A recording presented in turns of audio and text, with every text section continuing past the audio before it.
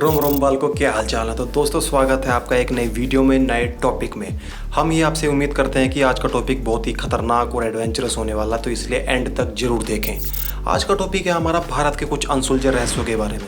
कई रहस्य ऐसे हैं कि जिनको हम किताबों में, कहानियों में या फिर वीडियो फोन्स के द्वारा या फिर मोबाइल वीडियोज़ के द्वारा सुनते आए हैं, देखते आए हैं। ठीक है, आज का जो वीडियो रहेगा हमारा बहुत ही बेहतरीन रहेगा, इसे एंड तक देखिएगा। और चलिए स्टार्ट करते हैं। दोस्तों आपको तो पता ही है कि हमारा भारत देश अपनी संस्कृति के लिए बहुत जाना जाता है, बट एक चीज़ और है जो इसे फेमस करती है, वो है इसके रहस्य। भारत में कई ऐसे स्थान हैं जहाँ के रहस्य सुलझाए जा चुके हैं, पर कई स्थान ऐसे हैं जहाँ के सिर्फ सुने गए हैं, अभी तक सुलझाए नहीं गए हैं। तो भाई लोग सभी का ये कहना है कि अभी तक किसी ने ये रहस्य सुलझाने की कोशिश की है या नहीं, तो इसका जवाब है हम। पहले नंबर पर आते हैं रहस्यों से भरे मंदिर। ऐसे कई मंदिर हैं जहाँ तहखानों में लाखों टन खजाना दबा हुआ है। एग्जाम्पल के तौर पर केरल के श्री पद्मनाभम मंदिर के 7 तहखानों में लाखों टन सोना दबा हुआ है। उसके 6 तहखानों में से करीब 1 लाख करोड़ का खजाना तो निकाल लिया गया है, लेकिन 7वें तहखाने को खोलने पर राज परिवार ने सुप्रीम कोर्ट से आदेश लेकर रोक लगा दी गई है। आखिर ऐसा क्या है उस तहखाने में कि जिसे खोलने से वहां तबाही आने का आशंका जता रहे हैं। कहते हैं उस तहखाने का दरवाजा किसी विशेष मंत्र से बंद है और वह मंत्र से ही खुलेगा। वृंदावन का एक मंदिर अपने आप ही खुलता और बंद हो जाता है।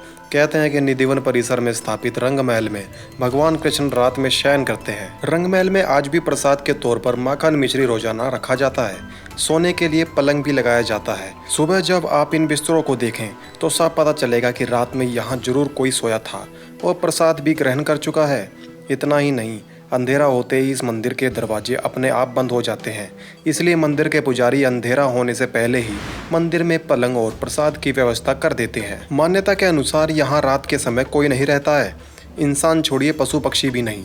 ऐसा बरसों से लोग देखते आए हैं, लेकिन रहस्य के पीछे का सच धार्मिक मान्यताओं के सामने छुप सा गया है।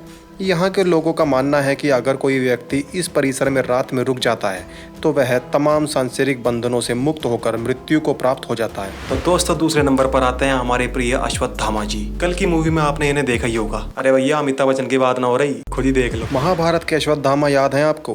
कहा जाता है कि अश्वत्थामा का वजूद आज भी है।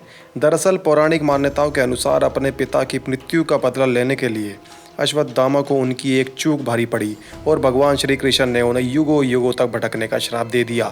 ऐसा कहा जाता है कि पिछले लगभग 5000 वर्षों से अश्वत्थामा भटक रहे हैं। मध्य प्रदेश के बुरहानपुर शहर से 20 किलोमीटर दूर असीरगढ़ का किला है। कहा जाता है कि इस किले में स्थित शिव मंदिर में अश्वत्थामा आज भी पूजा करने आते हैं। ओ भैया वीडियो पे ध्यान दे लो। स्थानीय निवासी अश्वत्थामा से जुड़ी कई कहानियां सुनाते हैं। वे बताते हैं कि अश्वत्थामा को जिसने भी देखा उसकी मानसिक स्थिति हमेशा के लिए खराब हो गई। इसके अलावा कहा जाता है कि अश्वत्थामा पूजा से पहले किले में स्थित तालाब में नहाते भी हैं। बुरहानपुर के अलावा मध्य प्रदेश के ही जबलपुर शहर के गोरी घाट के किनारे भी अश्वत्थामा के भटकने का उल्लेख मिलता है। स्थानीय निवासियों के अनुसार कभी कभी वे अपने मस्तक के घाव से बहते खून को रोकने के लिए हल्दी और तेल की मांग भी भरते हैं।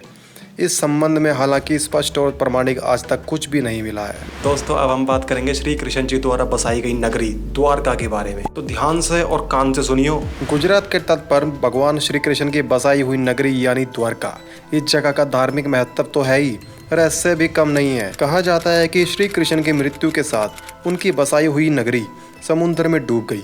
आज भी यह उस नगरी के अवशेष मौजूद हैं, लेकिन प्रमाण आज तक नहीं मिल सका कि यह क्या है। विज्ञान इसे महाभारत कालीन निर्माण नहीं मानता। काफी समय से जाने माने शोधकर्ताओं ने यहाँ पुराणों में वर्णित द्वारिका के रहस्य का पता लगाने का प्रयास किया, लेकिन वैज्ञानिक तथ्यों पर आधारित कोई भी अध्ययन कार्य अभी तक पूरा नहीं किया गया है। 2005 में द्वारिका के रहस्यों से पर्दा उठाने के लिए अभियान शुरू किया गया था। इस अभियान में भारतीय नौसेना ने भी मदद की। अभियान के दौरान समुद्र की गहराई में कटे छटे पत्थर मिले और यहाँ से लगभग 200 अन्य नमूने भी एकत्रित किए, लेकिन आज तक यह तय नहीं हो पाया कि यह वही नगरी है अथवा इन्हीं से भगवान श्री कृष्ण ने बसाया था।